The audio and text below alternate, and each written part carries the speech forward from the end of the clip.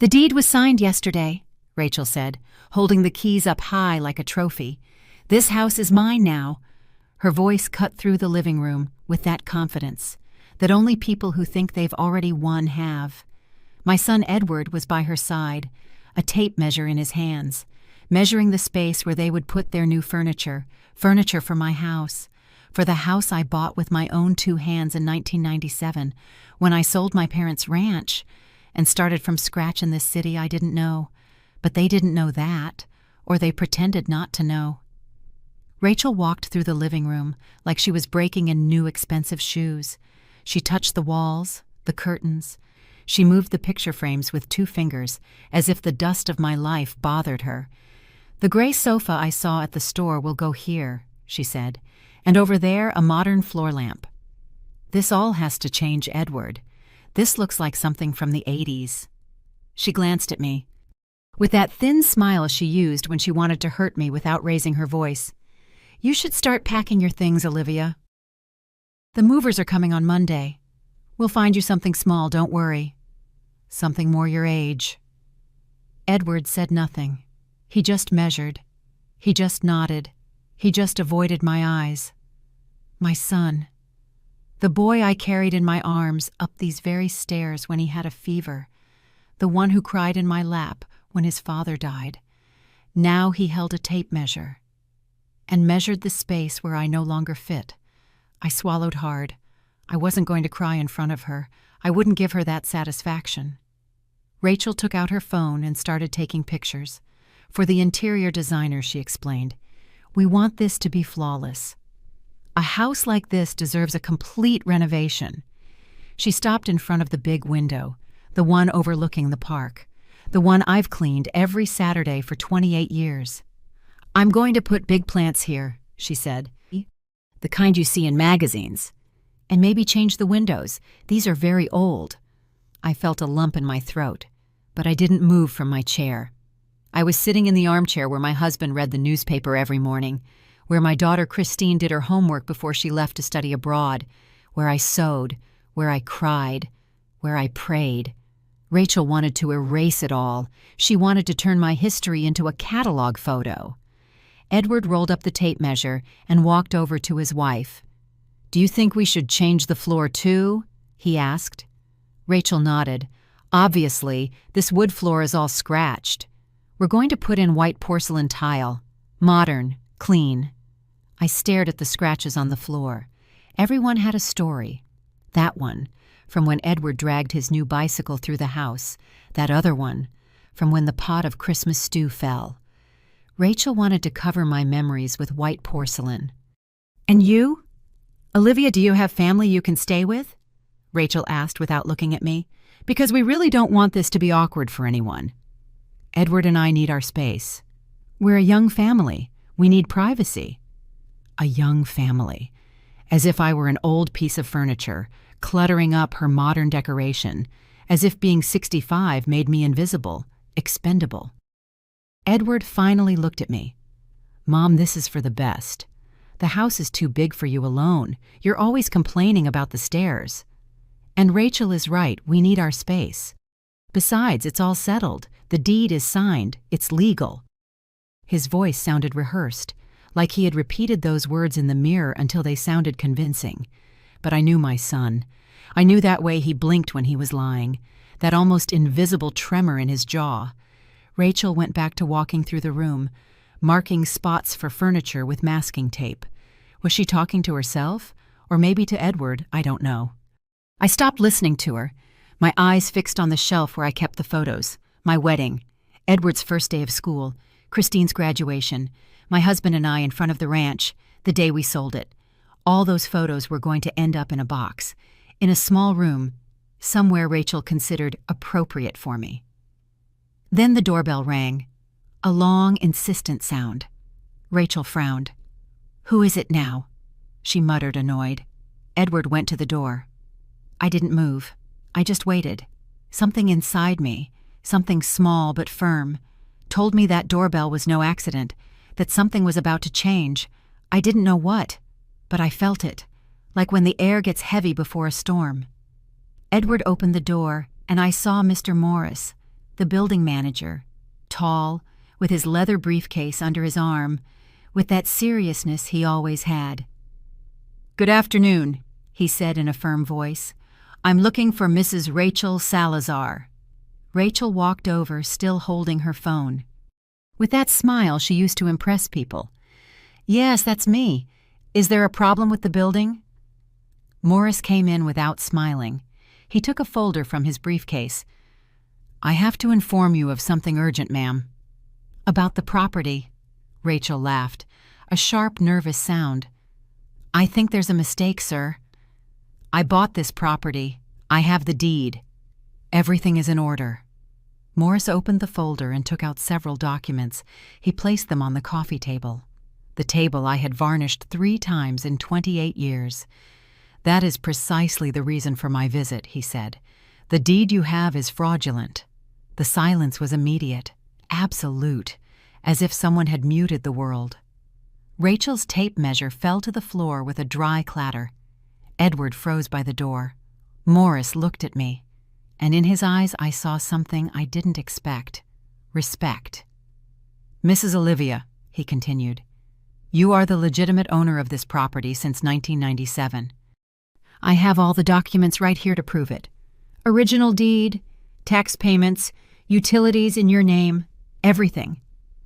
Rachel turned pale. "That's impossible," she whispered. "I paid. I signed. I have papers." Morris shook his head. "You were the victim of a scam, ma'am. The person who sold you this house had no right to it. We've already filed a report with the authorities. But the legal owner, without any doubt, is Mrs. Olivia Morales." I looked at my son. His eyes were filled with something I couldn't decipher: fear, guilt, confusion. Rachel dropped her phone. Her hands were shaking. "But we paid $120,000, she yelled. $120,000. It can't be a scam." Morris closed his briefcase. "I'm very sorry for your situation. But that doesn't change the legal reality. This house belongs to Mrs. Olivia. And if you need more proof, the building management has all the records since she bought the apartment 28 years ago." I just sat there, still, looking at the keys Rachel still held in her trembling hand, keys that wouldn't open anything that belonged to her. Fake keys, like her smile, like her promises, like that world she had built in my living room in less than an hour. Rachel dropped the keys on the table. The sound of metal on wood echoed in the tense silence of the room. "But this makes no sense," she repeated, her voice now high-pitched, almost hysterical. "I have documents. I have proof. I signed before a notary. Edward, say something." My son ran a hand over his face. He looked like a man waking up from a nightmare. "Mom," he whispered, "you knew. You knew this was going to happen." I didn't answer right away. Morris was looking at me, waiting. Rachel was breathing fast, as if she couldn't get enough air. Edward was pale, his hands shaking. I just stayed there in my armchair, the same one I sat in the first night I came to this house, the first night after selling the ranch, the first night without my parents, without my land, with nothing but a new deed and the hope of starting over. 28 years ago, I remember the smell of fresh paint. I remember the boxes stacked in the hallway. I remember my husband carrying Edward, who was just 7, and telling him, "Look, son, this is our home. Your mom bought it with her own hard work." Never forget that. Edward had run through the empty room, screaming with excitement. "This is my house," he would shout. "My house. Now." That same boy was looking at me like I was a stranger. "Mom," he repeated louder this time, "you knew Rachel was being scammed, and you didn't say anything." I looked up. I looked him straight in the eyes. "I knew," I said calmly, "that no one can sell what isn't theirs. And this house is mine. It always was." Rachel exploded.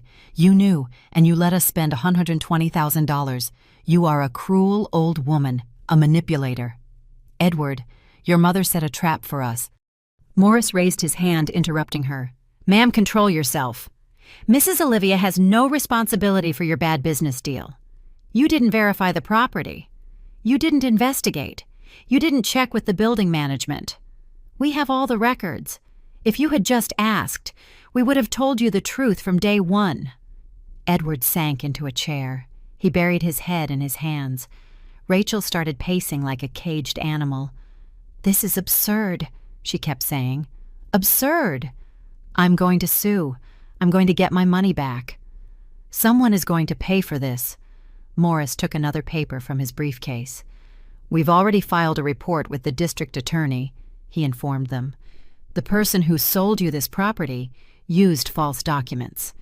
He's a known criminal. He has at least 6 similar cases. You are just one more victim."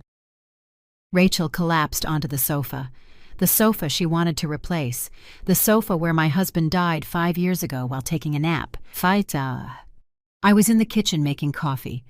When I came back, he wasn't breathing. I called his name. I shook him. I cried on his chest until the paramedics arrived. That sofa held his shape, his scent, his absence, and Rachel had planned to throw it out like trash. "Edward," Rachel said in a broken voice, "we had everything planned. We were going to live here. We were going to start our family here. And your mother knew.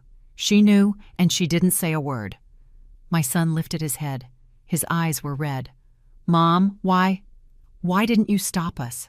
Why did you let it get this far?" I got up from the armchair, slowly. My knees creaked. 65 years is a heavy weight. I walked to the window where Rachel wanted to put her magazine plants. I looked out at the park, the same trees I've seen every morning for 28 years, the same benches where Edward played as a child, the same fountain where my husband kissed me the day we moved in. "Because I needed you to see Edward," I said without turning around. "I needed you to see who the woman you married really is. I needed you to understand what you have done to me for these past 3 years."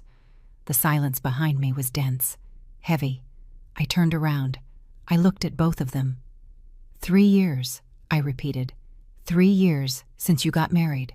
3 years in which I became the maid in my own house. The nuisance. The old woman who gets in the way.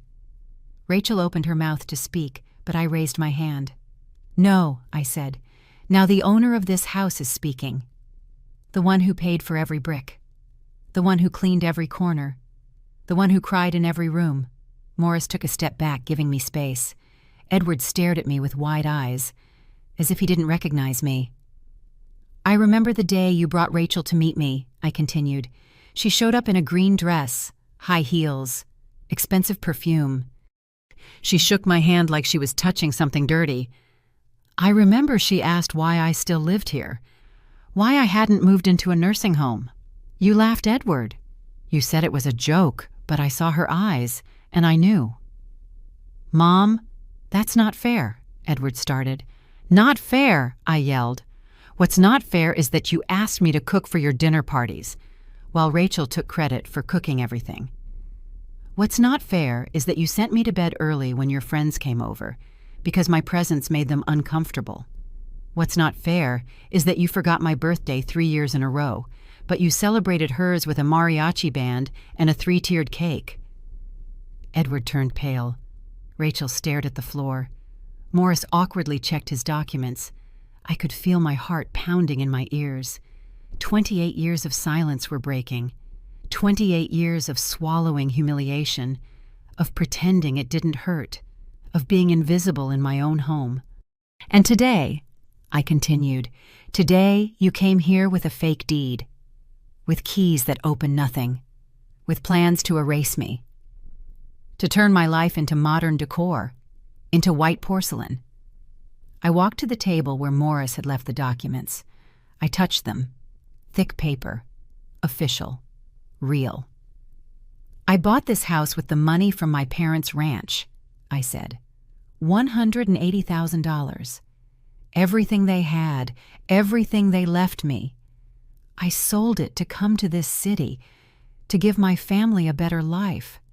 Your father, you, Christine." Edward had tears in his eyes. "Mom, I didn't know. I didn't know you paid for the house. I thought Rachel told me Dad had bought it, that you only lived here because Dad let you." I looked at Rachel. She avoided my gaze. "Of course," I said. "Of course she told you that. Because erasing women is easier than respecting them." Morris cleared his throat.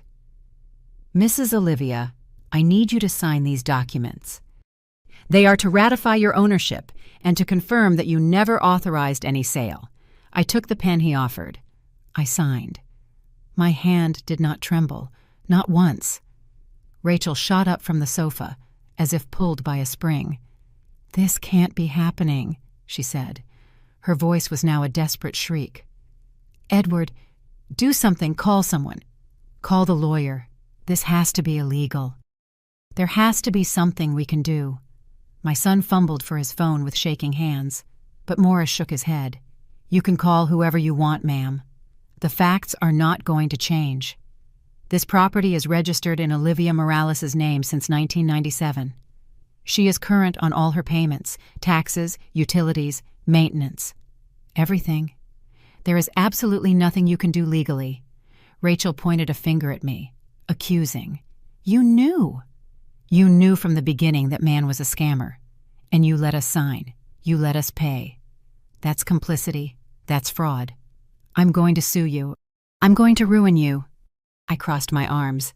"Go ahead," I said calmly. "Sue me for owning my own house. Sue me for not stopping your own greed. Sue me for existing in the space you wanted to steal." Edward dropped his phone. "Mom, how can you be so cold? We just lost $120,000. We're ruined. And you're just standing there like it's nothing." I felt something break inside me, something that had been cracking for 3 years, and finally shattered. "Cold," I repeated. "You call me cold." I walked toward him slowly. Edward took a step back. "Cold," I said again louder. "Cold is the woman who raised you alone after your father died. Cold is the woman who sold her mother's jewelry to pay for your college. Cold is the woman who worked double shifts at the hospital so you wouldn't have to take out loans. Cold is the woman who cried alone in her room so you wouldn't see her weak." My voice cracked on the last word, but I didn't stop. Edward looked at me as if he was seeing me for the first time.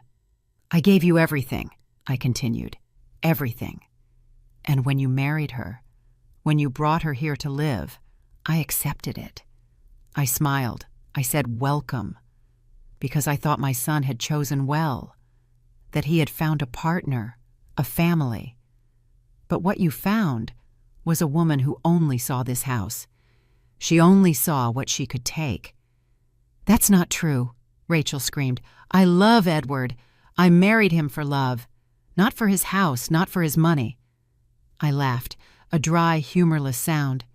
"Then why, on the very day you got back from your honeymoon, did you ask me when I was moving out? Why did you suggest I look for a nursing home? Why did you say a woman my age shouldn't be living with a young couple?" Rachel opened her mouth, but no words came out. Edward sat down again. He looked smaller, younger. "Mom," he whispered, "I didn't know Rachel said that to you." "Of course you didn't know," I answered, "because you never asked. You never asked me how I was, if I was comfortable, if I needed anything. You just assumed I was fine, that I would always be fine, because mothers are always fine, right? Mothers don't have feelings. They don't have dignity. They're just there, waiting to be useful." Morris put his documents away. "Mrs. Olivia, if you'll excuse me, I'm going to leave. I've done my duty in informing you of the situation. If you need anything else, I'll be in the management office.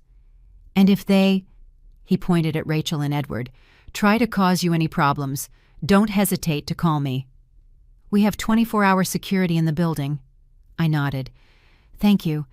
Morris, thank you for being honest. For not lying to me. For treating me like what I am, the owner of my home." When the door closed behind Morris, the silence returned. But it was different now. It was the silence before an explosion. Rachel was breathing hard, her fists clenched. Edward had his head down, staring at the floor he wanted to replace with white porcelain. I stood before them, feeling something I hadn't felt in years. Power, control, justice. Rachel was the first to speak. Her voice was pure venom.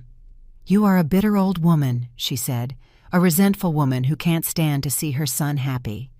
That's why you did this. That's why you set this trap for us. Because you can't stand that Edward loves me more than he loves you." I stepped toward her, so close I could see the smudged mascara under her eyes. "A trap," I said slowly. "You call it a trap that I own my house. You call it a trap that I existed before you. That this life was mine, before you showed up with your high heels and your perfume and your plans to erase me." Edward got up, putting himself between us. "Mom, please." Rachel calmed down. "This has gotten out of control. We have to think clearly. We have to find the man who scammed us. We have to get our money back." I laughed again. "Get your money back," I said. "That's your only problem now, isn't it? Not that you humiliated your mother. Not that you tried to steal her home. Only that you lost money." "It's not her home," Rachel screamed. "It's just a house, just walls and windows. But we are her family, her son, her blood. And you chose the walls, you chose the bricks, you chose pride." I felt tears burning my eyes, but I wouldn't let them fall. Not yet. "I didn't choose anything," I said. "You chose. You chose when you decided I was in the way, when you planned to kick me out, when you measured my living room for your furniture, when you talked about me as if I wasn't even here, as if I didn't matter." Edward ran his hands through his hair. "Mom, I'm sorry. I'm so sorry. I didn't know you felt that way. I didn't know Rachel had treated you badly. I thought everything was fine, that we were a happy family." "A happy family," I repeated. "In a happy family, Edward, you don't forget birthdays. You don't exclude your grandmother from family photos. You don't tell your mother to go to bed early because she incommodes the guests. You don't ask her to cook and then take the credit. You don't plan to steal her home." Rachel wiped her tears away angrily. "I never wanted to steal anything. We just wanted our own house, our own space. It's normal. It's what young couples do." I stared at her. "If you wanted your own space, you could have bought one. With your own money, somewhere else. But no, you wanted this place, my place. Because it was easier. Because you thought I wouldn't say anything. That I would just pack my things and disappear, like a good obedient old woman." Just then, the doorbell rang again. The three of us froze. Edward went to open it. It was Isabel, my neighbor from upstairs. She was holding a tray covered in aluminum foil. "Olivia, I called earlier, but you didn't answer. I brought you some tamales. I know today is a hard day for you." She looked at Rachel and Edward. "Oh, you have visitors. I'm sorry." "No, Isabel, come in," I said. "They were just leaving." Isabel came in, left the tray in the kitchen. She stood there taking in the scene. The tape measure on the floor, the documents on the table, Rachel's tears, Edward's pale face. Isabel was 70. She had lived in the building since it was built. She knew everything. She saw everything. "Olivia," she asked softly, "are you okay? Did something happen?" I nodded. "Yes, Isabel, something happened. The truth happened." Isabel looked at Rachel with a hard expression. "Ah, I see. They already told you the deed was fake, right?" Rachel and Edward looked at her stunned. "You knew?" Edward asked. Isabel nodded. "The whole building knew, kid. Morris warned us 2 weeks ago that someone was trying to sell properties that didn't belong to them. Your mother told us not to say anything. She said she wanted to see how far you two would go. And now we see." Edward looked at me, his face full of disbelief. "You told the neighbors not to talk. You set this whole thing up." "Set up," I said, "is a big word. I just didn't stop your fall. There's a big difference." Isabel put her purse on the kitchen table and crossed her arms. "Olivia didn't set up anything," she said firmly. "She just protected herself. When Morris told us there was a scammer selling fake deeds, your mother asked us that if anyone asked about her or this apartment, we should tell the truth. Nothing more, just the truth. Rachel pointed a shaky finger at her. But nobody told us anything. Nobody warned us. Isabel looked at her coldly. Because nobody asked us, ma'am. You never came to the management office. You never verified with the building manager. You never knocked on a single door to confirm who the real owner was. You just believed a stranger. And paid $120,000 without investigating anything. Edward sank into a chair. He put his head in his hands. $120,000, he mumbled. All my savings, everything. Isabel clicked her tongue. Well, you should have asked first, kid. I've known your mother since she moved into this building. 28 years. I saw her show up with her boxes, a widow with 2 young children. I saw her work double shifts at the hospital. I saw her cry when your father died. I saw her raise you. And now you come here with this woman and try to kick her out of her own house. What kind of son does that? Rachel stood up. That's enough. We're not going to stand here and be judged by some nosy old woman. Edward, let's go. We're going to talk to a lawyer. This isn't over, Isabel laughed. Go talk to 1,000 lawyers if you want. Olivia's documents are legal. Yours is garbage. End of story. Rachel grabbed her purse in a fury and stormed toward the door. Edward got up slowly, looking at me. Mom, he whispered, I need time to process this. To understand. I don't know what to say to you right now. You don't have to say anything, I replied. You already said everything with your actions. With your silence. With your complicity. Edward opened his mouth as if to respond, but Rachel yanked him by the arm. Let's go, she ordered. They left. The door slammed shut. The silence that remained was different, no longer tense, just empty. Isabel hugged me. Oh, Olivia, I'm so sorry. I know he's your son. I know it hurts. I rested my head on her shoulder. Isabel smelled like cinnamon and lavender soap. She smelled like kindness, like truth. It hurts, I admitted. It hurts so much. But I couldn't keep letting them walk all over me. I couldn't keep being invisible in my own home. Isabel held me tighter. You did the right thing. Sometimes love is also about setting boundaries. It's also about saying enough. We sat on the sofa. Isabel poured coffee from my coffee pot, the one I bought in 1998. 2 cups, no sugar for me, 2 spoons for her, 28 years of being neighbors. You learn those things. Olivia, she said after a long silence, what are you going to do now? I shrugged.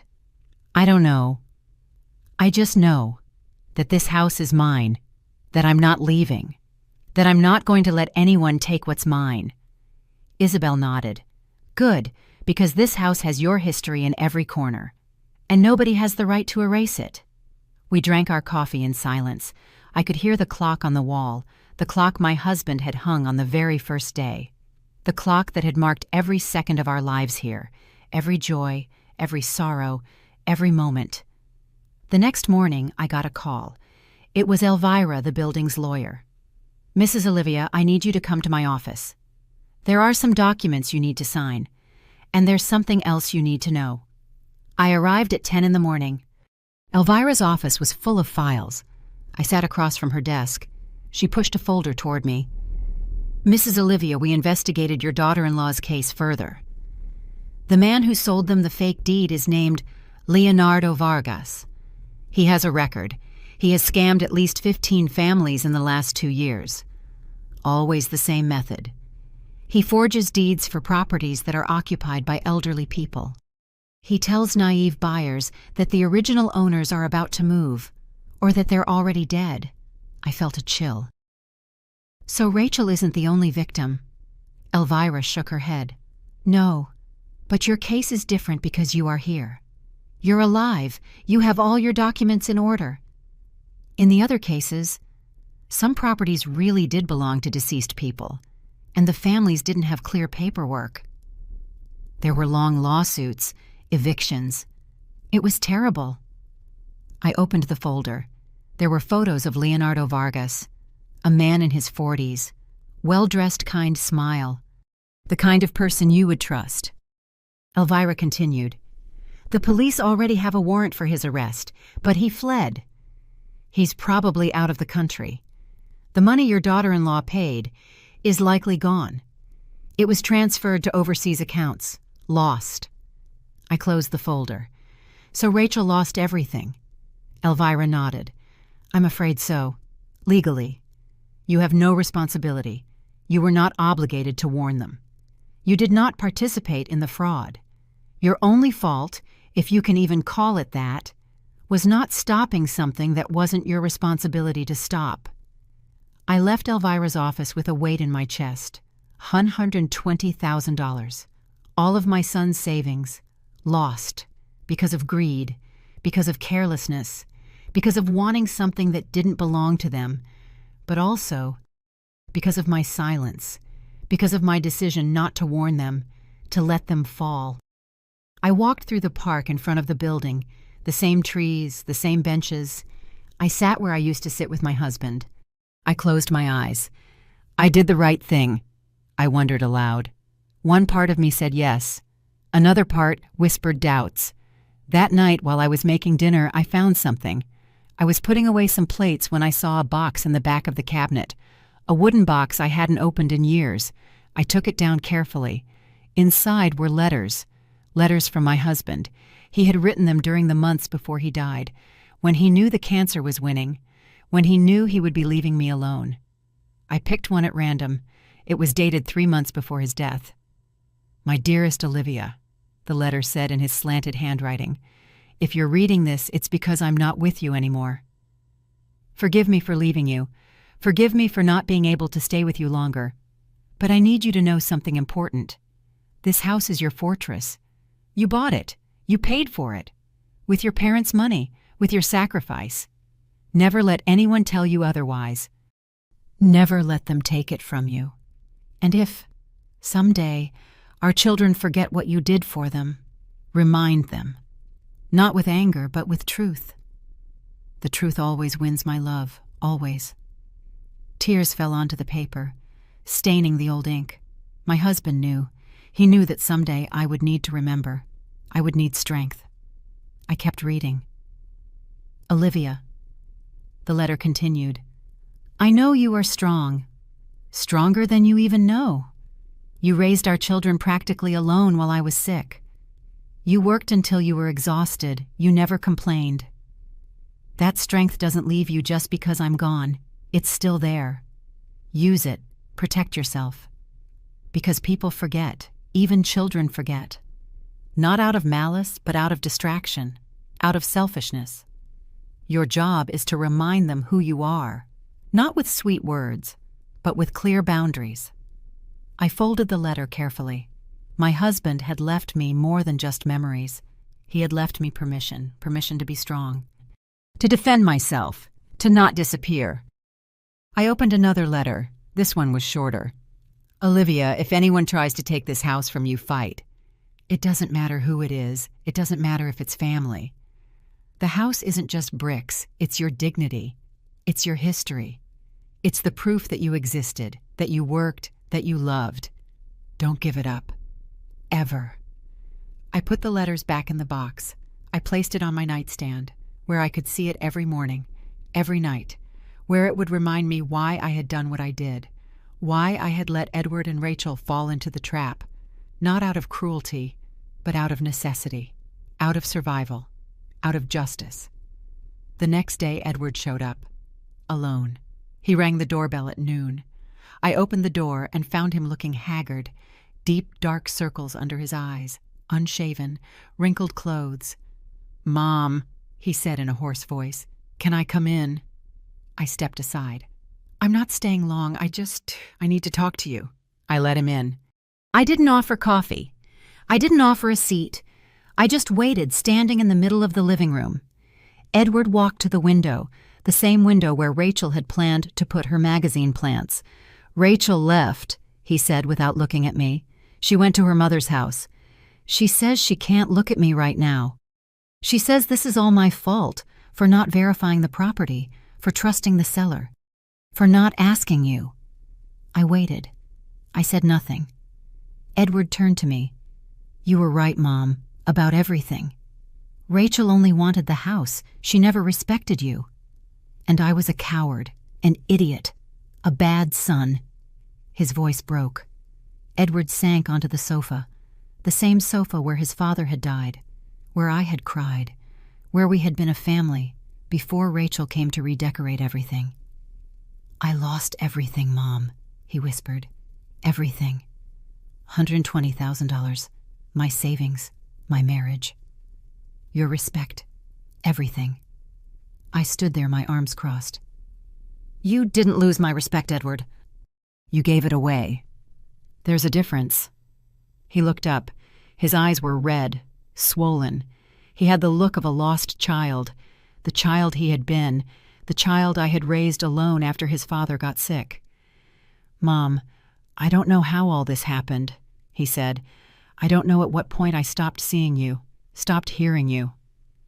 Rachel had a way of talking, of convincing me. She said you were old-fashioned, that you didn't understand modern relationships, that mothers-in-law should give young couples space. And I believed her. God, I believed all of it. I sat down across from him, but I kept my distance. "Modern relationships," I repeated. "Is that what they call disrespect now? Ungratefulness? Forgetting where you come from and who raised you?" Edward ran his hands over his face. "I remember, Mom. I remember everything. How you worked double shifts at the hospital. How you'd come home so tired you could barely walk, but you still made dinner. How you sold Grandma's jewelry to pay for my college. How you cried when I graduated. I remember all of it. But Rachel had this way of making all of that seem insignificant, like it was just your obligation, like you didn't have to be thanked for doing what mothers do." "What mothers do," I said slowly. "Mothers have no obligation to sacrifice everything, Edward. That was my decision, my love, my choice. But love has to be reciprocal. There has to be respect. And you let her treat me like a servant, like a burden, like something to be removed." Edward nodded, his head bowed. I know, and I hate myself for it. Every time Rachel spoke badly to you, I knew it was wrong. But I didn't say anything, because I wanted peace. I wanted my marriage to work, because I was a coward." A long silence filled the room. I could hear the traffic on the street, the distant bark of a dog, the ticking of the clock that Edward's father had hung so many years ago. "Edward," I said finally, "when was the last time you asked me how I was? Not out of politeness, for real. When was the last time you just sat with me, and we just talked, like we used to?" He looked at me, his eyes full of tears. "I don't know, Mom. I don't remember. And that's what's killing me." I reached out, touching the shelf where the family photos were. My wedding photo. Edward as a baby. Christine at her graduation. All of us together. Before the cancer came. Before death visited us. Before Rachel ever existed in our lives. "This house has a memory, Edward," I said. "Every corner. Every wall. And I have a memory too. I can't forget how you treated me. How you planned to kick me out. How you measured my living room for your furniture while I was sitting right there. Invisible." Edward stood up and walked toward me. "Mom, I know I don't deserve your forgiveness. I know what we did was unforgivable. But I need you to know, I never wanted to hurt you. I never wanted to make you feel invisible. I was just blind. I was an idiot in love, who couldn't see past what his wife was telling him." I stopped him with a gesture. "Love doesn't make you blind, Edward. Love makes you see better. What you had, that wasn't love. It was obsession. It was fear of being alone. It was weakness." His shoulders shook. He started to cry, a deep, racking sob from his chest, like when he was a boy and he fell, like when his father died, and he cried in my arms for hours. "Mom, forgive me," he begged between sobs. "Please. I don't know how to fix this. I don't know how to earn back your trust. But I'll do anything, whatever you ask. Just don't turn your back on me. Don't abandon me." I felt my own heart breaking, because no matter how angry I was, no matter how hurt, he was still my son. He was still the baby I had carried, the boy I had protected, the man I had raised alone. But I also knew that forgiveness couldn't come easily, that if I forgave him now, with no consequences, no lesson learned, I would only be teaching him that he could hurt me, and then come back when it was convenient. "Edward," I said in a firm voice, "I need time. I need space.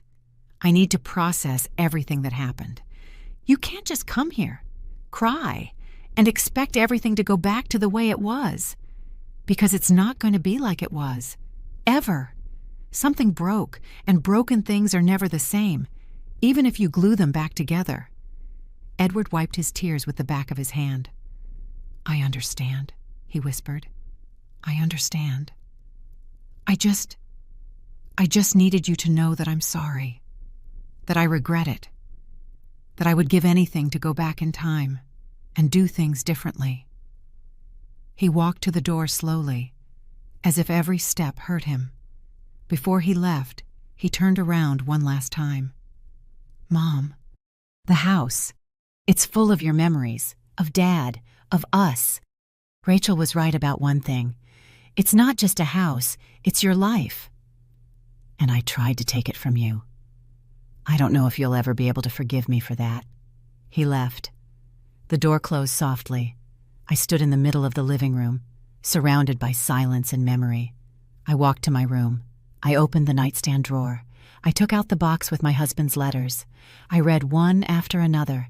They all said the same thing, in different ways. Be strong. Protect yourself. Don't let them erase you. You are more than they see. You are everything. I couldn't sleep that night. I just stared at the ceiling, thinking about everything that had happened, about how I'd gotten to this point, about how my own family had tried to displace me, about how I'd had to defend myself from my own son. I thought about Christine, my daughter who lived in Europe, who called once a month, who sent postcards, who had her own life. Christine didn't know about any of this, and I was glad, because Christine had always respected me. She had always valued me.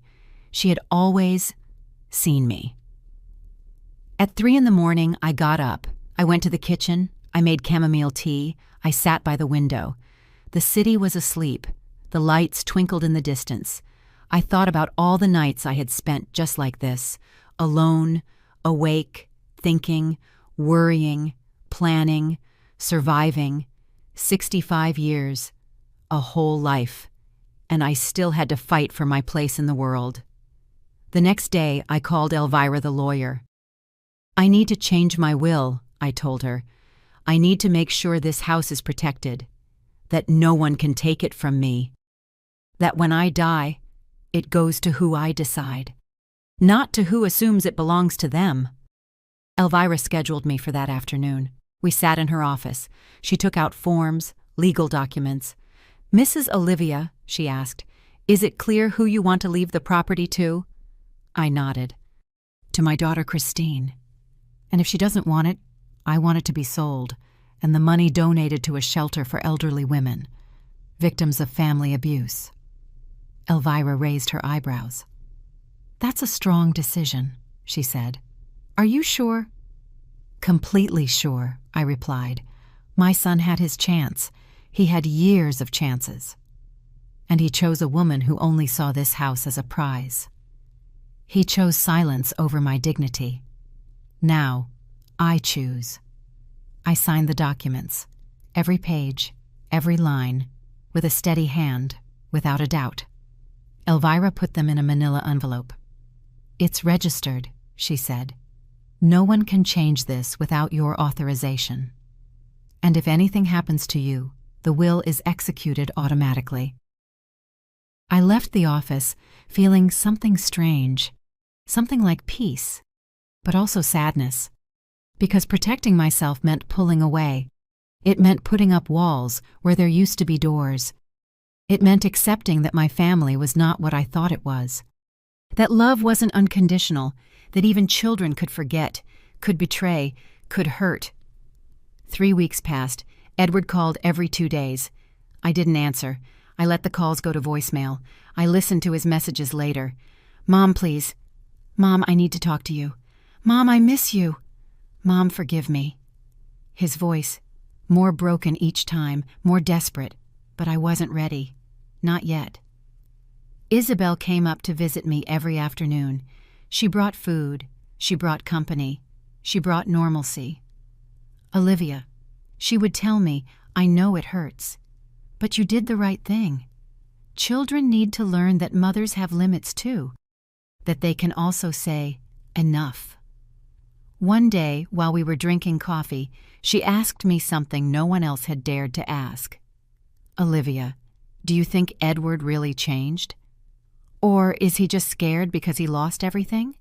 I thought about it for a long time. "I don't know, Isabel," I admitted finally. "I don't know if his regret is real or if it's just fear." Fear of being alone. Fear of facing his mistakes. Isabel nodded. "Time will tell. Actions speak louder than words. If he's really changed, you'll see it. If not, you'll see that too. And then you'll know what to do." I drank my coffee slowly. I knew she was right. That time was the only true judge. 2 months after everything happened, something changed in me. It wasn't sudden. It was gradual, like the sunrise that comes slowly without announcement. I woke up one morning and knew I couldn't keep living in bitterness, that defending my house had been necessary, but staying trapped in the pain was not. My husband always said that life was too short to waste on resentment, and he was right. I sat at the kitchen table with an old notebook. I started to write. I didn't know what. I just let the words flow. I wrote about the house, about what it meant to me, about why I had fought so hard for it, and as I wrote, something became clear in my mind. This house wasn't just walls and memories. It was a symbol that women like me exist. We work, we buy, we build, and we deserve respect. I called Isabel that afternoon. "I need your help," I told her. "I want to do something with this house, something that matters." Isabel arrived in 10 minutes with her own notebook and bright eyes. "Tell me," she said, sitting across from me. I took a deep breath. "I want to turn part of this house into a community space. For elderly women. For the ones who have been displaced by their families. The ones who have been forgotten. The ones who need a place to remember that they still matter." Isabel was silent for a long moment. Then she smiled. A huge, genuine smile. "Olivia, that's beautiful. That is exactly what this world needs. And I am going to help you." We started planning that same afternoon. We decided to use Christine's room, which had been empty for years. We would turn it into a meeting space. With comfortable chairs, with books, with tea and coffee. A place where women could come to talk, to vent, to connect. I spoke with Morris, the building manager. I explained my idea. He not only supported it, he offered help from the building. "Mrs. Olivia," he said, "this is exactly what our community needs. There are so many women in this building who live alone, who were pushed aside by their own families. You are giving them a voice. You are giving them dignity." We got the permits. Morris spoke to the tenants' board. Everyone approved. Isabel spread the word, and I began to transform the room. I painted the walls a peach color, a warm, cozy color. I bought new curtains, cream-colored. I put up shelves with books donated by the neighbors. I set up a round table with 6 chairs. I prepared a small tea station with different flavors: jasmine, mint, chamomile, cinnamon, on the wall. I hung a sign I made myself from reclaimed wood. It said simply, "You matter here." The first meeting was on a Saturday afternoon. I didn't know if anyone would come. Isabel brought cookies. Morris helped arrange the chairs. I made tea, and I waited. At 3 o'clock sharp, there was a knock. It was Sarah. a 72-year-old woman who lived on the 4th floor. I had seen her in the elevator, but we had never really talked. "Can I come in?" she asked timidly. "Isabel, I saw the announcement in the lobby." "Of course, Sarah," I said with a smile. "Welcome." Sarah came in slowly, looking at everything with damp eyes. "This place is beautiful," she whispered. "It's been years since I felt welcome anywhere." She sat down, and she started to talk. She told us her son and daughter-in-law had kicked her out of her house 3 years ago, that they had put her in a small, dark apartment, that they visited her once a month, out of obligation, that she felt invisible, disposable. As she was talking, someone knocked again. Tatiana arrived 68 years old. Then another woman came, and another. In total, 6 women that first afternoon. They all had similar stories. Families who had displaced them, children who forgot to call, daughters-in-law or sons-in-law who treated them like a burden, properties they had almost lost, or had lost, stolen dignity, erased identities. We sat in a circle, we shared tea, we shared stories, we shared tears, and for the first time in a long time, I didn't feel alone in my pain. I wasn't the only one. There were many of us. Sarah was the first one to say it. "Thank you, Olivia," she said, her voice breaking. "Thank you for reminding me that I still exist, that I still have value." The others nodded. Tatiana took my hand. "What you're doing here is more than just a space," she said. "It's a refuge. It's a reminder that we deserve respect no matter our age." I felt something warm in my chest, something I hadn't felt since before the trouble with Rachel. Purpose, meaning, rebirth. The meetings became weekly, every Saturday at 3. The group grew, 10 women, 15, 20. We had to ask for more chairs. Morris got a donation from a furniture store. Isabel started bringing pastries every week. I made different teas. I learned new recipes. The space filled with life, with voices, with laughter, with healing. One afternoon, while I was cleaning up after a meeting, Sarah stayed to help. "Olivia," she asked me while drying the cups, "does your son know what you're doing here?" I shook my head. "No, Edward still calls, but I don't answer." "I'm not ready yet." Sarah nodded. "I understand. But someday, you're going to have to decide whether to forgive him or not. Resentment is heavy, Olivia. It weighs more than any house." I knew she was right. The resentment was heavy. Every day I didn't answer Edward's calls. I felt that weight, but I also felt that forgiving him too soon would be betraying myself. It would be telling him he could hurt me without consequences. "I don't know how to forgive this, Sarah," I admitted. "I don't know how to look at my son without seeing the betrayal, without remembering how they planned to kick me out, how they measured me, as if I were an old piece of furniture to be replaced." Sarah put the dish towel on the table and took my hands. "Forgiveness doesn't mean forgetting, Olivia. It means letting go. It means stop carrying the weight of what they did to you. You can forgive and still set boundaries. You can forgive and not go back to being the same with him. Forgiveness is for you, not for him." Her words stayed with me for days. On a Wednesday afternoon, 3 months after everything, Edward showed up again. This time he didn't ring the bell. He was sitting in the hallway, in front of my door, when I got home from the market. "Mom," he said, standing up quickly. "Please, just hear me out. 5 minutes. That's all I ask." I looked at the grocery bags in my hands. I looked at his haggard, thinner face. I looked at his eyes, which no longer had that arrogance. Just exhaustion. Just pain. "All right," I said finally. 5 minutes. I opened the door. We went inside. Edward looked around. He saw the chairs in Christine's room. He saw the books, the sign, the teacups on the table. "What is this?" he asked. "My new project," I replied. "A space for elderly women who have been displaced by their families. For women like me." Edward stared at the sign. "You matter here." His eyes filled with tears. "Mom," he began, his voice trembling, I've been going to therapy twice a week. I needed to understand how I became so blind. How I could have hurt you like that. And I've learned things. I've learned I was a terrible son. That I prioritized my wife over you, without questioning if it was right. That I let myself be manipulated, because it was easier than facing the truth. He sat on the sofa, that sofa full of history. Rachel and I are divorced, he continued. We signed the papers last week. She never came back after that day. She just sent a lawyer. She got the car. I got the debt. I didn't know what to say. Part of me felt satisfaction. Another part felt pity. Edward didn't look at me. He just kept talking. I've been living in a tiny apartment. I'm working overtime to pay off what we owe. Well, what I owe. Everything was in my name, $120,000. Lost. And you know what the worst part is, Mom?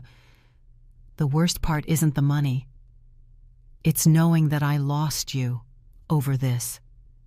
That I traded my mother for a woman who only wanted things. Who only wanted status. Who never really loved me. You're wrong about that, I said finally. The worst part isn't that you lost me. The worst part is that you were willing to. That's the difference. Edward looked up. You're right, he whispered, and I don't know if you can ever forgive me. But I need you to know. I'm trying to be better. To be the son you deserved. To be the man Dad wanted me to be. He showed me something on his phone. A picture. It was him in a community center serving food. I started volunteering, he explained, at a kitchen for elderly folks, 3 times a week. I'm not doing it so you'll forgive me. I'm doing it because I need to understand.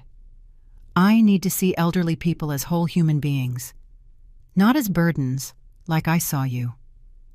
I sat across from him. The 5 minutes were long gone, but I didn't stop him. Edward, I said slowly, I appreciate that you're trying to change. But change isn't proven in weeks, it's proven in years, in consistent actions. I can't forgive you yet. Not because I don't want to, but because I need to see that this change is real. That it's not just fear of being alone, that it's not just temporary guilt. He nodded. I understand, Mom, and I won't pressure you. I just wanted you to know that I haven't given up, that I'm going to keep trying to be better, and that when you're ready, if you're ever ready, I'll be here. He stood up to leave. Before he got to the door, I stopped him. Edward. He turned. You can come on Saturdays. To the meetings. Not as my son, as a volunteer. We can use the help, serving tea, moving chairs, listening. His eyes lit up. Really, Mom? I nodded. Really, but on one condition. None of these women can know you're my son. You're just Edward, a volunteer, nothing more. I accept, he said quickly. I accept any condition. I just want to help. I want to learn. The first Saturday, Edward came as a volunteer. He arrived 30 minutes early. He knocked softly. He brought a box of freshly baked cookies. I made them myself, he said shyly. I don't know if they're any good, but I wanted to contribute. I tried one. They were good. Not perfect, but made with effort, with intention. They're fine, I said. You can put them on the table. When the women started to arrive, Edward greeted them with a warmth I hadn't seen in him in years. Good afternoon, ma'am, he'd say. Let me help you with your bag. Please sit wherever you're comfortable. Can I get you some tea? The women looked at him surprised. A young, polite, attentive man. A rare sight these days. Sarah looked at me and raised an eyebrow. Who is he? She whispered. A volunteer, I replied. Just that. During the meeting, Edward sat in a chair at the back. He didn't speak. He just listened. He listened to Tatiana talk about how her daughter put her in a nursing home without asking. He listened to Sarah talk about how her son sold her jewelry without permission. He listened to another woman, Elvira, talk about how her family forgot her birthday for the 3rd year in a row. I saw Edward's eyes fill with tears. I saw him clench his fists. I saw him breathing deeply to keep from crying. At the end of the meeting, he helped wash the cups, put away the chairs, sweep the floor. He worked in silence, his head down. When everyone had left, he stood in the middle of the room. "Mom," he said in a broken voice, "I did that. I was that son, the one who forgets, the one who displaces, the one who treats his mother like she's invisible." I nodded. "Yes, Edward, you were. But now you know, and knowing is the first step to changing." The weeks went by. Edward came every Saturday, without fail. Rain or shine, he arrived early, he left late. The women started to grow fond of him. "Oh, Edward," Sarah would say, "you're such an attentive young man. Your mother must be very proud of you." Edward would glance at me. I didn't say anything. I just smiled. One day Tatiana asked him directly, "Edward, do you have a family? What's your relationship with your mom?" And now I'm trying to learn how to be better for her and for all women like her. The women looked at each other. There was a respectful silence. Then Sarah spoke. "The fact that you recognize it is already a lot, Edward. Most sons never do. They never admit they hurt anyone, that they forgot, that they displaced. You're here. You're learning. That says a lot about your character." Edward discreetly wiped away a tear. "Thank you, Mrs. Sarah. That means a lot." One Saturday, 2 months after Edward started coming, Isabel arrived with news. "Olivia, there's a reporter from the local paper who wants to do a story on what you're doing here. About this space. He says it's inspiring. That more communities should have something like this." I felt nervous. "I don't know, Isabel. I didn't do this to be in the paper. I did it because it was necessary." Isabel took my hands. "That's exactly why you have to do it. Because other women need to know that this exists, that they're not alone, that there are places where they matter." I agreed to the interview. The reporter Luis arrived on a Wednesday. He brought a small camera and a notepad. He asked me questions about how the idea started, why it was important, about my personal story. I told him everything: the house, the fake deed, the attempt to displace me, my decision to turn my pain into purpose. Luis wrote quickly, nodding.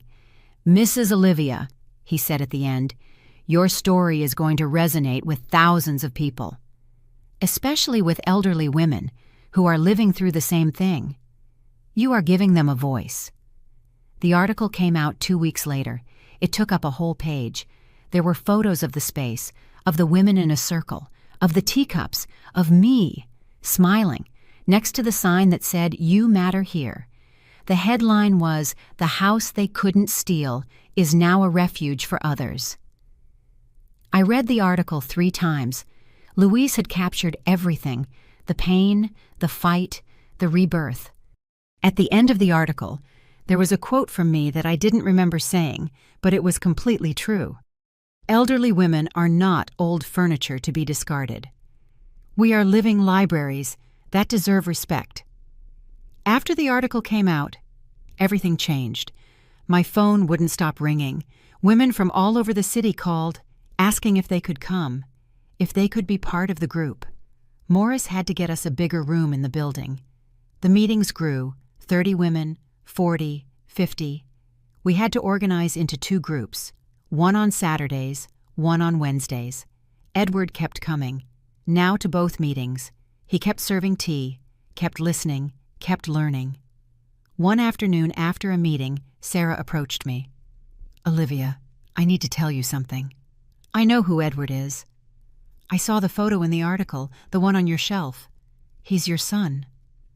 I was silent. Sarah continued, "I didn't say anything, because I respect your decision to keep it private. But I need you to know something. That young man has changed. I see it in his eyes, in how he treats every woman who comes in here, with reverence, with respect. as if every one of us was his own mother. You can't fake that, Olivia. That's real. That night, after everyone left, Edward stayed to help me clean. We worked in silence for a while. Then, as he was drying the cups, he spoke. "Mom, I know you still haven't forgiven me, and I get it. But I need you to know, these last few months have been the most important of my life. I've learned more here, listening to these women, than in all my adult years. I've learned about dignity, about respect, about the value of people, no matter their age." I looked at him. I really looked at him. He wasn't the arrogant man who had measured my living room. He wasn't the blind son who had chosen his wife over his mother. He was someone different, someone who was growing, someone who was healing. "Edward," I said slowly, "forgiveness doesn't happen all at once. It comes in layers, like paint, one coat at a time. And I think I'm starting to paint you again, to see you again." His eyes filled with tears. "That's more than I deserve, Mom. I swear." I shook my head. "It's not more than you deserve. It's exactly what you deserve for doing the work, for showing me with actions, not just words, that you changed." We hugged. For the first time in almost a year. A long, tight hug, filled with everything we couldn't say with words. Pain, forgiveness, hope, love. 3 months later, at a Saturday meeting, something unexpected happened. A new woman arrived, younger than the others, maybe 50. She walked in with her head down, her eyes red. Isabel greeted her and led her to a chair. When the woman looked up, Edward turned pale. It was Rachel. The silence was immediate.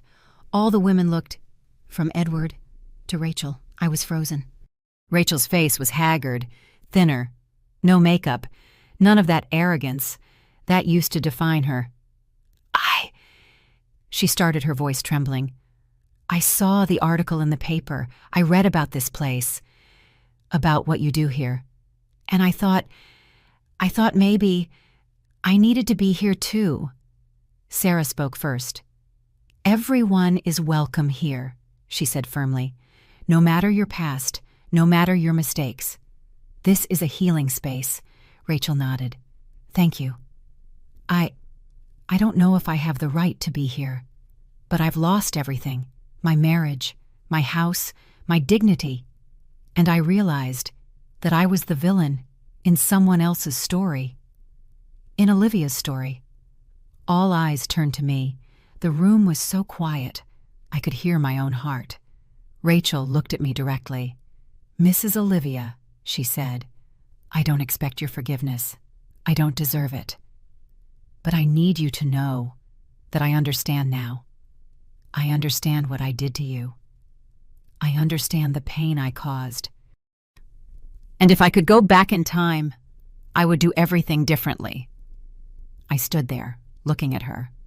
This woman who had tried to steal my house, my dignity, my place in the world. This woman who had manipulated my son, who had treated me like a burden. Now she was in front of me, broken, humble, human. Rachel sat in the only empty chair at the far end of the circle. Edward didn't move from his spot by the window. The other women waited, waiting for my reaction, my word, my decision.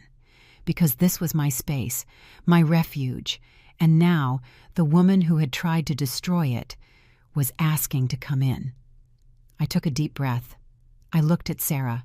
She nodded, almost imperceptibly, as if giving me permission to feel whatever I needed to feel. "Rachel," I said finally, my voice firmer than I expected. "This space exists because women like me were displaced, forgotten, treated as if we didn't matter. You were part of that. You tried to erase me from my own home." And Rachel bowed her head. "I know," she whispered. "I know, and I'm ashamed every day." I held up my hand. "I'm not finished." She looked up, her eyes full of tears. "But I also know," I continued, that pain changes people, that losing everything teaches you what's really important. And if you are here, if you truly came to heal and not to manipulate, then you have to understand something. There is no room for ego here, no room for falsehood. There is only truth, honest pain, and the real work of becoming better. Rachel nodded. I understand, and I accept those conditions. I need a place to learn, to understand what made me the person I was. Sarah spoke up. We've all been the villain at some point in our lives, she said, looking at Rachel. We've all hurt someone. The difference is in recognizing it, in doing the work to change. If you come with humility, you are welcome. Rachel wiped her tears. Thank you. Thank you for giving me this chance. Edward was still motionless. I could see the tension in his shoulders, the way he clenched his jaw. That afternoon, Rachel just listened. She didn't talk about her story. She didn't play the victim. She just listened to the other women. Listened to Tatiana talk about her daughter. Listened to Elvira talk about her family. She listened attentively, with red eyes, nodding once in a while. When the meeting was over, she helped pick up the cups without being asked. She worked in silence, next to Edward. They didn't speak. They didn't even look at each other. They just worked. Before leaving, Rachel approached me. Mrs. Olivia, can I come back next week? I looked into her eyes, searching for falsehood, searching for manipulation, but I only saw exhaustion. I only saw a broken woman trying to find a path back to humanity. You can come back, I said, but on one condition. You have to be completely honest. About everything. About why you did what you did. About who you were and who you want to be. No more half-truths. I accept, she said. I promise. Rachel came back the next Saturday, and the next, and the next. For the first few weeks, she only listened. But in the 5th week, Sarah asked her to share. Rachel, she said gently, are you ready to talk, to tell us your story? Rachel looked around the circle. All the women were waiting. She took a deep breath. Okay, she said. I'll tell you who I was and why I got to that point. She started slowly. I grew up in a poor family, she said. My father left us when I was 8. My mother worked 3 jobs to keep us afloat. I grew up watching how the world treated women with no resources, how they were ignored, how they were stepped on. And I swore I wouldn't be like that I would have my own house, security, stability. But that desire, it turned into an obsession, into greed. I stopped seeing people. I only saw what they could give me. The women listened in silence. Rachel continued. When I met Edward, I saw an opportunity. A good man, with a mother who had a beautiful house. And instead of building my own life, I decided to take someone else's. I decided to displace Olivia. I convinced Edward that she was in the way, that we deserved that space. I manipulated. I lied. I became the person I hated. I became my father, someone who takes without giving, who uses without gratitude. Her voice broke. And when I lost everything, when the deed turned out to be fake, when Edward left me, I thought it was the end, that I had hit rock bottom. But then I saw the article about Olivia, about this space. And I realized my punishment wasn't losing the house. It was realizing that I had tried to destroy a woman who deserved all my respect. A woman who had worked for what was hers. Who had raised her family alone. Who had built something real, while I just wanted to steal something easy. Sarah passed her a tissue. Rachel wiped her eyes. Now I live in a tiny room, she continued. I work cleaning houses. I can barely afford to eat.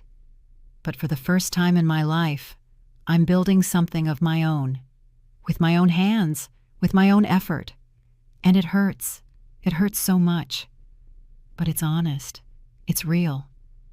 And I need to learn from women like you. Women who were displaced and survived. Women who found purpose after the pain. Tatiana spoke. The first step is recognizing the harm, Rachel.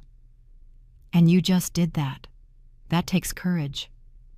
Now comes the hard work, staying on this path, being consistent, proving to yourself that the change is real.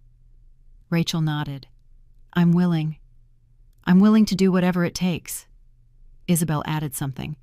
And you also have to forgive yourself, eventually. Not now, not yet, but someday. Because carrying that guilt forever won't help anyone, not even yourself. After that meeting, something changed in the group dynamic. Rachel started to participate more. She shared what she was learning in therapy, because she had started going too. She talked about the patterns she'd identified in her behavior, about her fear of poverty that had turned her into someone cruel, about her need for external validation that had made her seek status over substance. The women listened. They advised her. They gave her perspective. Edward and Rachel eventually started talking. Short conversations at first, about the tea, about the weather, about the cookies he brought. Nothing deep, but civil, respectful. One day after a meeting, Rachel approached Edward. "Can I talk to you, Mary, for a moment?" she asked. Edward looked at me. I nodded. They went out into the hallway. They talked for 20 minutes. When they came back, both had red eyes, but calm expressions. Edward told me later what they talked about. "Rachel apologized to me," he said. "She told me she used me, that she never really loved me, that she loved the idea of what I represented. Security, stability, a family she never had, and that she's sorry. Sorry she turned me into someone I wasn't. Someone who would betray his own mother." I asked him how he felt about that. "Liberated," he answered. "Finally, liberated. Because now I know that none of what happened was real love. And that lets me let it go. Let go of the idea of what I thought we had." 6 months passed. The group kept growing. Rachel kept coming, kept working, kept being honest. One Saturday, after the meeting, she approached me with a proposal. "Mrs. Olivia," she started nervously, "I've been thinking. I clean houses now, and a lot of the ladies in the group, they need help with that. Their families don't help them. They're alone. What would you think if I offered my services for free, once a month, to the women in the group, as a way of giving back, as a way of serving?" I looked at her, surprised. "Rachel, that would be a lot of extra work for you. You already work 6 days a week." She nodded. "I know. But I need to do this. I need to serve the people who represent what I tried to destroy. Not out of guilt, but out of purpose. To build something good from something bad." I agreed, and so it began.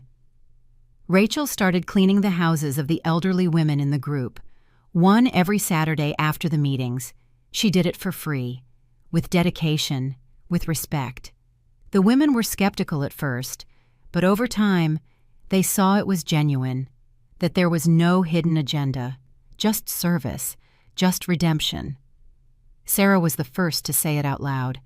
"Rachel is really changing," she told me one day, over coffee. "I see it in her eyes, in how she gets on her knees to clean the corners of my house that I can't reach anymore, and in how she asks me if I'm okay, if I need anything. That's not the same woman who came here 6 months ago, broken and desperate. This is a woman who is being reborn." I saw it too, and slowly, very slowly, something in me was starting to change. It wasn't forgiveness, not yet, not completely, but it was something close. It was acknowledgement that people can transform, that pain can be a teacher, that even those who hurt us deeply can learn, can grow, can become something better. 3 years passed. 3 years. Since that day Morris knocked on my door with the truth in his hands. 3 years since my life split in two, before and after, pain and rebirth, loss and purpose. The space I had created in my house became something bigger than I ever imagined. It wasn't just a room with chairs and tea anymore. It was a movement. Other communities in the city had started their own groups, inspired by the article, inspired by our story. Edward had become the official coordinator of the program. He quit his corporate job, and now he dedicates himself full-time to this, to helping elderly women, to creating safe spaces in different neighborhoods, to training other volunteers, to being the son he always should have been, not just for me, but for all the forgotten mothers of the world. I'd watch him work, and I'd feel something I hadn't felt in years. Pride. Genuine pride. Rachel was still here too. She didn't clean houses anymore. She had studied to become a social worker. She worked at a shelter for victims of domestic violence. She still came to our meetings every Saturday. Still honest. Still growing. One afternoon, 3 years after everything, she and I finally had the conversation we had been avoiding. The real one. We were alone in the kitchen, preparing tea for the meeting. "Mrs. Olivia," she said suddenly, "I need to ask you something, and I need you to be honest with me." I looked at her. "Go ahead."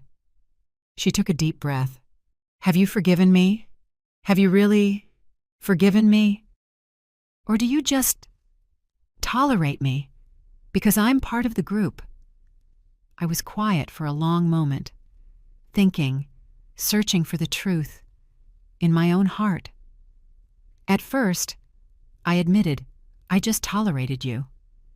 You'd come here, and I'd see the woman who tried to steal my house, my dignity, my place in the world. Every time I looked at you, I remembered that day. The keys in your hand, the tape measure falling. Your face, when Morris told the truth.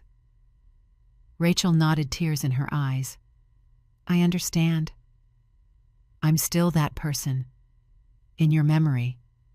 I held up my hand. Wait. Let me finish. You were that person, but you're not anymore. I've watched your transformation. I haven't just heard it. I've seen it. I've seen you on your knees, cleaning houses for women who could have been me.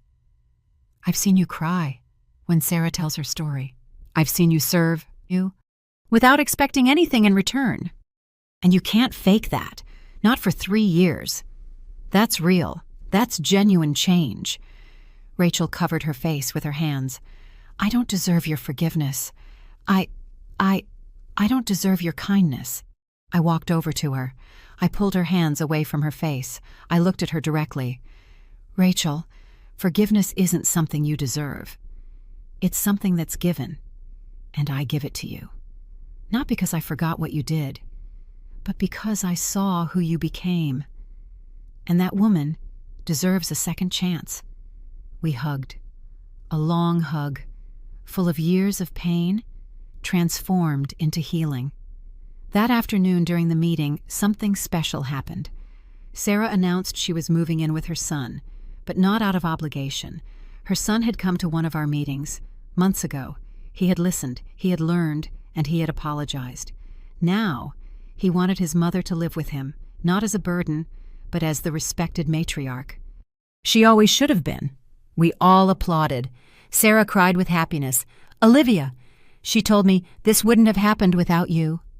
Without this space, my son never would have understood the damage he'd caused.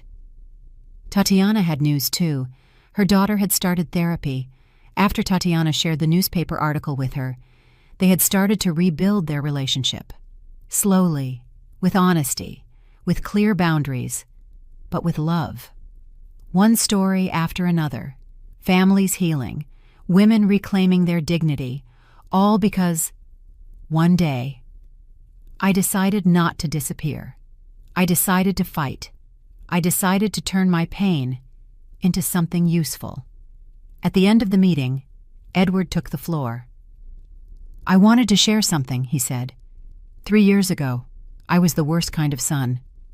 The kind who forgets, the kind who displaces, the kind who prioritizes everything except the person who raised him. My mother could have closed the door on me forever. She could have erased me from her life like I tried to erase her from mine. But she didn't. She gave me the chance to learn, to grow, to be better. And I want all of you to know that if you have children who have hurt you, there is hope. If those children are willing to do the work, to be humble, to serve, there is hope. The women listened to him spellbound. Some were crying. Edward continued, "But I also want to tell you that you are under no obligation to forgive. You have no obligation to give second chances. Forgiveness is a gift, not a requirement. And if you decide not to forgive, that's okay too. Because you have already given enough. You have already sacrificed enough. Now it's your turn to live in peace, with or without the people who hurt you." That night, after everyone had gone home, I sat by the window, the same window where Rachel had planned to put her magazine plants, the same window where I had looked out at the park for 28 years. The city glittered under the night lights. Everything was quiet. I thought about my husband, about his letters, about his words. This house isn't just walls. It's your fortress. He was right. He was always right. I took out one of his letters, the last one he wrote, the one I had never dared to read all the way through because it hurt too much. I opened it with trembling hands. "My dearest Olivia," it said, "by the time you read this, I'll be gone, and you'll be facing the world alone. But I want you to know something.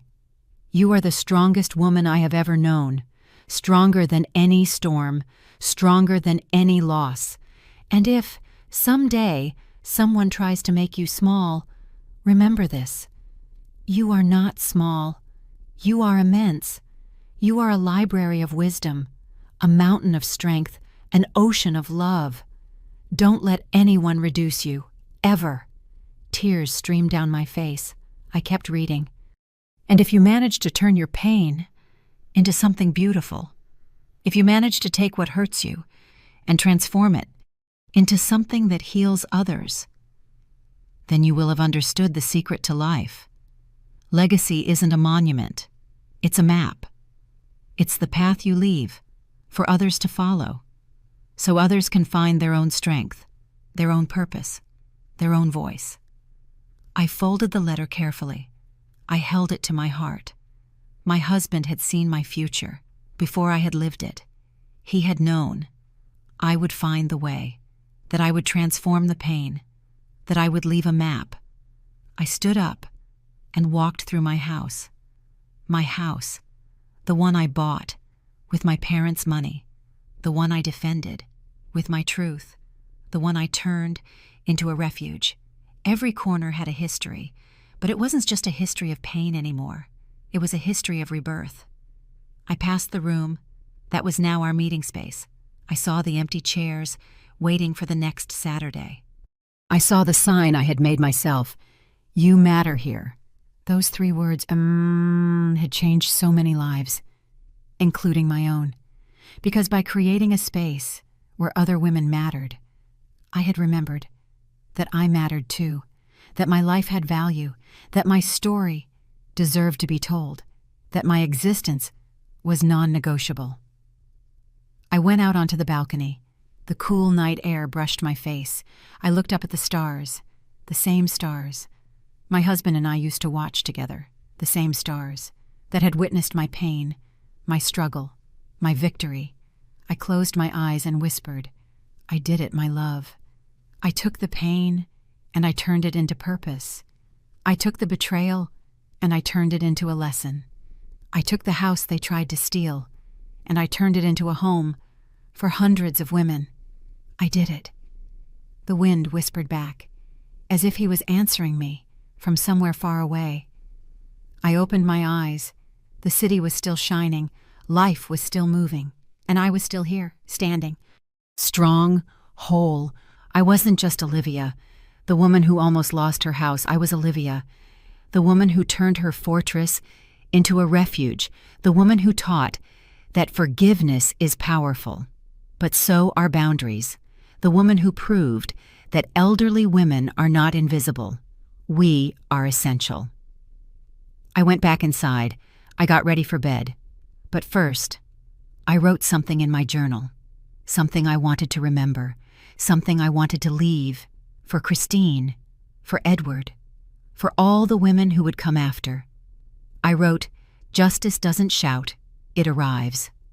And when it arrives, it transforms everything. It doesn't just punish, it heals. It doesn't just destroy, it rebuilds. And the greatest legacy we can leave is not a property. It's a map to dignity, to respect, to remembering that we always, always matter." I closed the journal. I turned off the light. I got into my bed, in my house, in my fortress, and for the first time in years, I slept soundly. Without fear, without pain, just peace. A peace I had earned, a peace I deserved, an eternal peace.